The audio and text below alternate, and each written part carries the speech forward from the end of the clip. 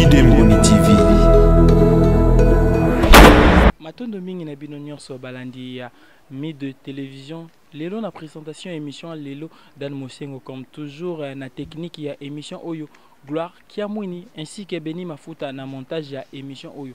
Na pesi matondo mingi na équipe technique na ngai libota centrale na musala bazali kosala malamu mingi. Enfin que mokili mobimba pe bandeko ya diaspora bozala informé na bandeko na biso banso ba internaute.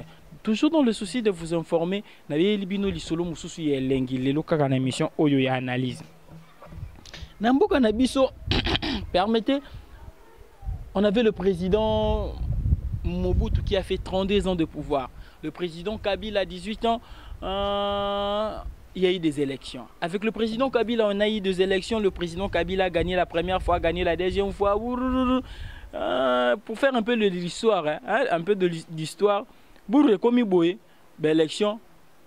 Président Kabila Tchélibiso Emmanuel Shadari candidat yemo kwaza candidat te na propre section na ye po temibe koloba ki était mokonzi mboka kosala mandat moko renouvelable une seule fois. C'est que c'est le la deux mandats. Il passe là qui deux mandats na ina ne moko ya mwa mikakata no mbongo ezala ki te makambo ebele. Enfin l'élection salami au sommet de l'État un nouveau président de la République Félix Antoine Tshisekedi après tant de lutte de l'UDPS, enfin l'UDPS est sur Bokonzi. l'UDPS est sur Bokonzi, na association basala qui est yena de konabiso Vital Kamerhe basala qui parti politique basala qui eteni moko na lingala babengi cash. Basali cash FCC kuna mupanzi na ina bandeko ebele basangana ki kuna basali ya bango cash bandeko kuna mususu Martin Fayulu Madidi basali basangana na bandeko Moïse Katumbi Chapwe basali Lamuka. Mais avec beaucoup de regrets de regrets na ngai c'est des regrets ndeko Fayulu alobi ete mutazala ki président eli a discuter. Là c'est vraiment discuter, je n'ai pas de commentaires à faire sur ça. Mais l'isolo na ekobete la bino lelo ezali l'isolo les enjeux de 2023. Bobi qui était l'élection après 5 ans. C'est que 2023 on a encore des élections. Des élections na processus qui sera candidat, qui ne sera pas candidat. Comment va se faire les élections 2023? C'est ça les enjeux, le monsieur et les enjeux de 2023. Président Félix Antoine Tshisekedi tout banana on a tout banana nous na FCC. Président Antoine Tshisekedi a eu Bokonzi. Na Nairobi basangana ki ndeko Vital Kamerhe basali cash. Papa bazu Bokonzi bakomi bakambi mboka. Mais le problème est que le président côté FCC et ont gagné le Sénat et ont gagné le majorité parlementaire et permettre bango selon mibe konabiso bazala na premier ministre. Ils allaient été bazu primature, bazu Sénat, bazu na parlement ba député. La politique, ce n'est pas le fait d'avoir l'argent, mais c'est le fait d'avoir le pouvoir. Et le pouvoir, c'est la force de diriger.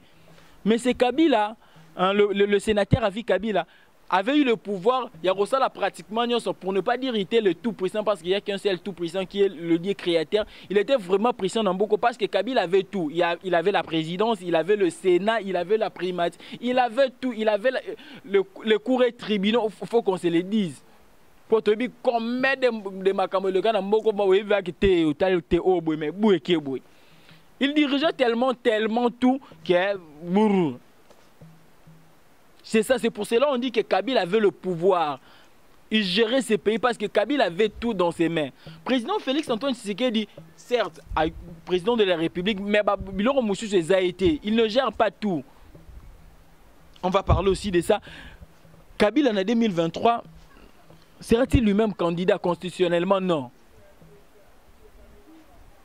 Kabila en 2023 a qui candidat Emmanuel Shadari. Je vais vous dire une vérité. Kabila en 2018 ne voulait pas que Emmanuel Shadari azwa bokonzi na mboka oyo.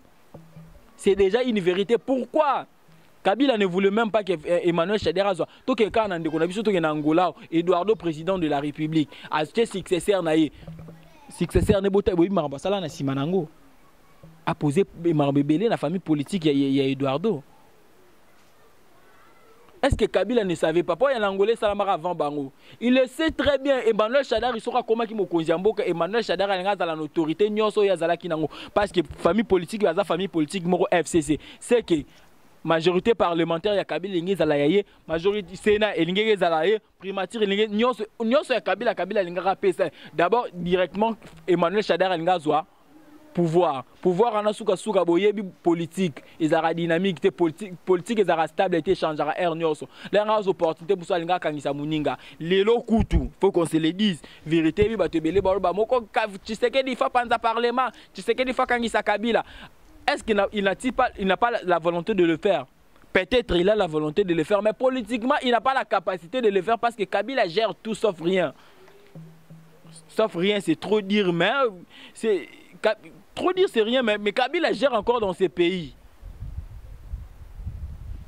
Il gère dans ces pays dans le sens que Kabila azana ba député belé, Kabila azana ba sénateur belé, Kabila yem azana premier ministre, sa famille politique ezana na gestion ya mboka oyo. Yo kangise ndeni. So kangise bango pe kuna ba destituer. Pour ne pas aller dans la guerre, yango moun pe Félix Tshisekedi dozani ochana c'est lui-même l'a dit. Aza besoin panza coalition pour so panza parlementaire pour aibi ko sa mboka na kao. Ayebi banger politique ezana makambo oyo. Permettez le fait de ne pas avoir le monopole, il y a nyonso, ils ont limité payer. Mais Emmanuel Shadar, il soka zoki monopole, il y a nyonso, il n'y a pas de facilité à balouker la Kabila. C'est que déjà, boye badana moutou, c'est que Emmanuel Shadar a la candidate 2023 éliminé. Kabila Yemoko sera-t-il candidat? Ça c'est déjà dit Mikolo et Belé. Denis Le, c'est si prophétie. Oh, Kondoboro Shika Barabara. Kabila ozonga na bokonzi. Kabila, sauf sans Kabila, Moutoumoussousouté. C'est que déjà dans l'idée de Kabila, il y a une assurance, il y a survie, il y a bien, il y a famille, il y a bokonzi. Est-ce que Kabila ne peut pas faire le jeu ou changer la constitution? Il est capable de le faire parce qu'il est majorité parlementaire. À quoi l'élection au Parlement, qui a séné l'équipe, Kabila va changer, en 2023, Kabila candidat. Il a une option, Moussoussou, une autre option. Sa femme, comme vous le savez, Mikolo, ils ont fuité déjà Maman Livre candidat en 2023. Ils ont fait proposition, ils ont fait option par Kabila. En 2023, on est beau. Maman Livre candidat pour aller servir, il y a famille n'a pas bien aillé. Ils ont un enjeu politique en 2023. Autre enjeu, je vais vous dire le nom d'un candidat à Kabila. Si seulement si Kabila s'avérait vraiment Moutema Malamabi, qui a fait ça, Moutema, Natika Mouta FC, ça a candidat en 2023. Bokangi ba pembe to sabino comme candidat ngo na 2023 Kabila va avancer va batani ne babia to chape mutu nga pété Maman Livre pété Emmanuel Shadari pété obi acha kombonen Janine Mabunda présidente et Assemblée nationale. Pourquoi on tenge bino Janine?